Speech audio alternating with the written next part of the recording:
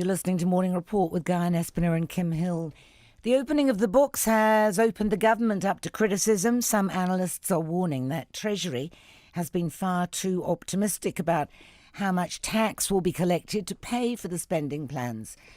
And National says it shows Labour has a massive hole in its accounts. But Finance Minister Grant Robertson told Morning Report that when this package is rolled out, it will nearly halve childhood poverty.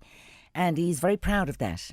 This is actually a payment that's about making sure we recognise when we can make the biggest impact on a child's development. We're using the evidence actually from the Children's Commissioner, who did in fact recommend a universal payment in this area. We're taking that on for the first year and then targeting it for years 2 and 3. And I think you've heard from the social sector groups, this will make a huge difference. Parliament will resume sitting under urgency today as the government pushes through legislation enacting the $5.5 billion families plan. The National Party says Labour's family package as a whole is overcomplicated and poorly designed. Steven Joyce is in our Wellington studio. Morning. Morning, Kim. How are you? What's your main problem? Well, it is just a continuing growth in the spaghetti of entitlements that we've been putting together in this country. We were trying to disentitle. Well, no, just try and simplify a little bit so people know what they actually get. And now we're getting into a situation where it's just getting more and more complicated again. And not only that, we're getting to be actually a bit of a fairness issue the other way, in that the new government has decided there are certain groups that need even more support, and then there are groups such as those with no children or grown-up children who actually shouldn't get anything at all of the benefits of growth. And we think that actually the balance is wrong. And not only that, we've got this rather confused setup between what's a universal entitlement and what's targeted. Grant Robertson says, well, we shouldn't do tax because that's not targeted, and then he goes out and gives a baby bonus to everybody and goes and gives a so-called heating payment to everybody, but it's not about heating and it's not targeted. What do you mean it's not about heating? Well, you don't have to use it for heating. So it's called the winter energy payment, but you don't have to spend it on energy. No, it's not compulsory. Would you take it, by the way? What, would I take the winter energy payment? Well, yep. I'm a little while. Well, I'm about 10 years away. I don't think it'll be around that long. But would you take it? No, I don't think I would. All right. Were your tax cuts specifically targeted? Well, no. Well, they were specifically targeted on the basis of people's wages and the fact that the median wage earner was going to get $1,060 a year. And they're not getting anything. But that's not very fine-tuned targeting, right? I mean, I'm saying that actually we should strengthen the link between work and income, not weaken it.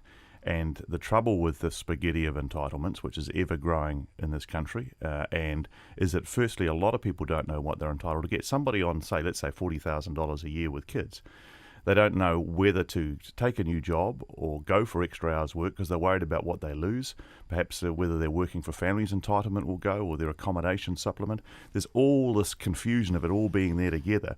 And I've met a lot of people who say, look, I'm afraid to move because I don't know what entitlements I'll lose and whether I'll be better off or worse off. And that's actually not encouraging people to actually improve their own lot. You haven't brought up your $11.7 billion hole yet, though. Well, you haven't given me a question about it yet. Where's the $11.7 billion hole, Mr. Joyce? Well, it's pretty clearly in these half-yearly update, actually. So what we've got is that Grant Robertson has, on his absolute tippy toes, shown that he can almost make the numbers work.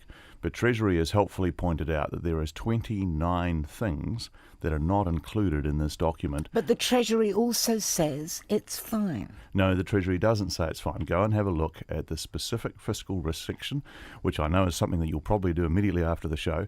I'm onto it. You're onto it. But no, but this is a Come serious... on. No, the Treasury has not voiced serious concerns about this. No, the Treasury has been criticised for being slightly over-optimistic. Hang on. But it has not. Now, hang on, Kim. You said that Treasury said it was all happy. It didn't say it was all happy. I also didn't say that they voiced concerns. All I'm saying is, if you go and look at the specific fiscal risk section, there are all these things that are not included in this particular update. The Provincial Growth Fund, which is $1 billion a year, not included. Police numbers and police wages, not included.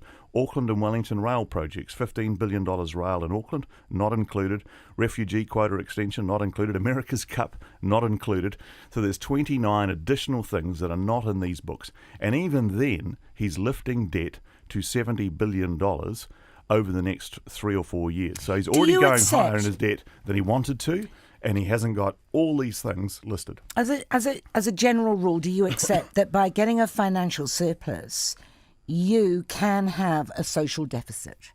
Well, it would be And possible. sometimes you have to choose which. Well, it would be possible, but that's not what was going on. Because Well, actually, according to many reports and, Well, no, according to the briefing of the incoming ministers, that's exactly what was going on. that's not fair at all, Kim. That isn't fair. If you go and have a look, for example, at the lifting children out of poverty, the package that we put together was going to do that for 50,000 children on the 1st of April this year. Labor are comparing it with a figure of 88,000, which won't happen until 2021. So they're taking their package, and they're also taking the natural improvement of situation because of the growing economy. And they're putting all that together and saying, aren't we doing a wonderful thing? Well, we all want to take children out of poverty, but to suggest the previous government wasn't doing it is simply wrong. The restarting superannuation fund payments. Yep. Any problem with that? Well, we were going to start them in a year or two's time anyway. In a year or two? It was 2020, I think, that we were going to be able to do that.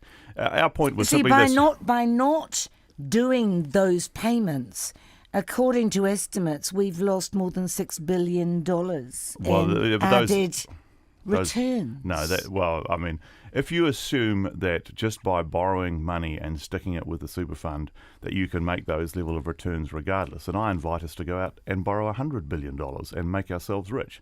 I mean, that's a silly calculation because the money didn't get put in there and hasn't been used. The reason the money didn't get put in there is because we had to borrow in the global financial crisis and the Canterbury earthquakes. And we decided that was more urgent and we didn't want to get debt too high. So and now we're at the point where we can start to put money back in. And we said we'd do it in 2020, he's doing it in 2018. So should Labor discover a hole where you say one might form, it could just stop paying money into the superannuation Well, fund? it would have a range of things that it could do. Now, one of the ways we thought was the best way to ensure that super would be more sustainable for the future would be to gradually lift that age to 67 over a 20-year period. That achieves way, way more than putting money into the super Why fund. couldn't you convince John Key of that, I wonder?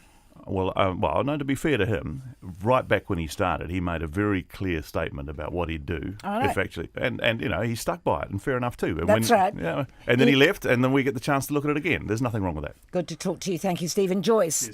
It's 18 minutes past 8 now.